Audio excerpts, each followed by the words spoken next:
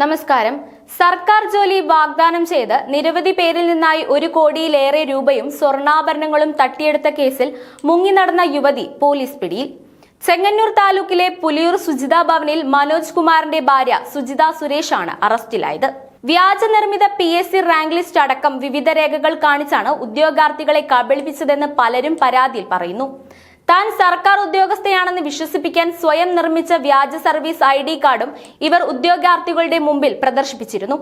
മാന്നാർ ബുദ്ധനൂർ സ്വദേശിയായ യുവതിക്ക് ആയുർവേദ ആശുപത്രിയിലോ കേരള വാട്ടർ അതോറിറ്റിയിലോ സർക്കാർ ജോലി വാങ്ങി നൽകാമെന്ന് പറഞ്ഞ് വിശ്വസിപ്പിച്ച് 2023 ഫെബ്രുവരിയിൽ 4.25 ലക്ഷം രൂപ വാങ്ങിയെടുത്ത ശേഷം നാളിതുവരെ പണം തിരികെ കൊടുക്കുകയോ ജോലി നൽകുകയോ ചെയ്യാതെ വഞ്ചിച്ചതിന് ചെങ്ങന്നൂർ പോലീസ് സ്റ്റേഷനിൽ രജിസ്റ്റർ ചെയ്ത കേസിലാണ് പ്രതി ഇപ്പോൾ അറസ്റ്റിലായത്.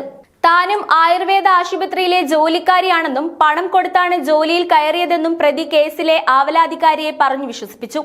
പുലിയൂർ സ്വദേശിയായ മറ്റൊരു യുവതി ഉൾപ്പെടെ നിരവധി പേരെ സമാന രീതിയിൽ വഞ്ചിച്ചതിന് പ്രതിക്കെതിരെ ചെങ്ങന്നൂർ വെൺമണി പോലീസ് സ്റ്റേഷനുകളിലായി കേസുകളുണ്ട്. തൊഴിൽ വാഗ്ദാനത്തിനു പുറമെ താൻ ചെങ്ങന്നൂരിലെ ഒരു കെട്ടിട നിർമ്മാണ കമ്പനിയുടെയും സ്വകാര്യ സാമ്പത്തിക ഇടപാട് സ്ഥാപനത്തിന്റെയും പാർട്ട്ണർ ആണെന്നും കമ്പനിയിൽ പണം നിക്ഷേപിച്ചാൽ ഷെയർ വീതം ഉൾപ്പെടെ കൂടുതൽ ലാഭം ലഭിക്കുമെന്നും പറഞ്ഞ് വിശ്വസിപ്പിച്ച് പലരിൽ നിന്നായി ലക്ഷങ്ങൾ തട്ടിയതിന് മറ്റു 2 കേസുകളും പ്രതിക്കെതിരെയുണ്ട്. ഇങ്ങനെ കബളിപ്പിക്കപ്പെട്ട ഏതാനും പേരുടെ കേസുകൾ ഇപ്പോഴും കോടതിയിലുണ്ട്. ഇതിനു പുറമെ നിരവധി ചെക്കു കേസുകളും പ്രതിക്കെതിരായിട്ടുണ്ട്.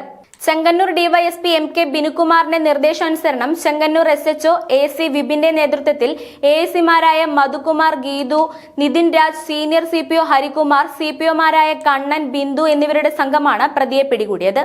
കോടതിയിൽ ഹാജരാക്കിയ ഇവരെ റിമാൻഡ് ചെയ്തു. അതേസമയം കുറ്റകൃത്യത്തിൽ യുവതിക്കൊപ്പം മറ്റാർക്കെങ്കിലും പങ്കുണ്ടോ എന്ന കാര്യം പോലീസ് അന്വേഷിക്കുന്നുണ്ട്.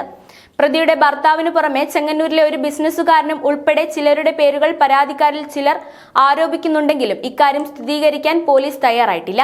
പ്രതിയെ സഹായിച്ചവരുടെ കൂട്ടത്തിൽ ഒരു മുതിർന്ന പോലീസുകാരനുണ്ടോ എന്ന് സംശയമുണ്ട്. ഓരോ ജീവിതവും ഓരോ കഥകളാണ്, വേറിട്ട കഥകളുടെ ഒരു കൂട്ടായ്മ. വേണമെങ്കിൽ നമുക്കതിനെ ഒരു നോവലെന്ന് പേരിടാം. അതുപോലൊരു നോവലല്ലേ നിങ്ങളുടെ ജീവിതവും? എന്താ, ശരിയല്ലേ? നിങ്ങളുടെ അനുഭവങ്ങൾ, കഥകൾ എന്തുമായിക്കൊള്ളട്ടെ, അത് കേൾക്കാൻ DNA ന്യൂസിലൂടെ ഞാൻ എത്തുന്നു. കഥ പോലൊരു ജീവിതം, അതിനായി ഞാൻ നിങ്ങൾക്ക് വേണ്ടി കാത്തിരിക്കുന്നു. നമുക്ക് ഒന്നിച്ച് കാണാം, കുറേ കാര്യങ്ങൾ സംസാരിക്കാം, വേദനകൾ പങ്കിടാം. നിങ്ങളുടെ വിഷയങ്ങൾ, അനുഭവങ്ങൾ അത് ഞങ്ങളെ അറിയിക്കേണ്ട വിലാസം താഴെ കൊടുക്കുന്നു.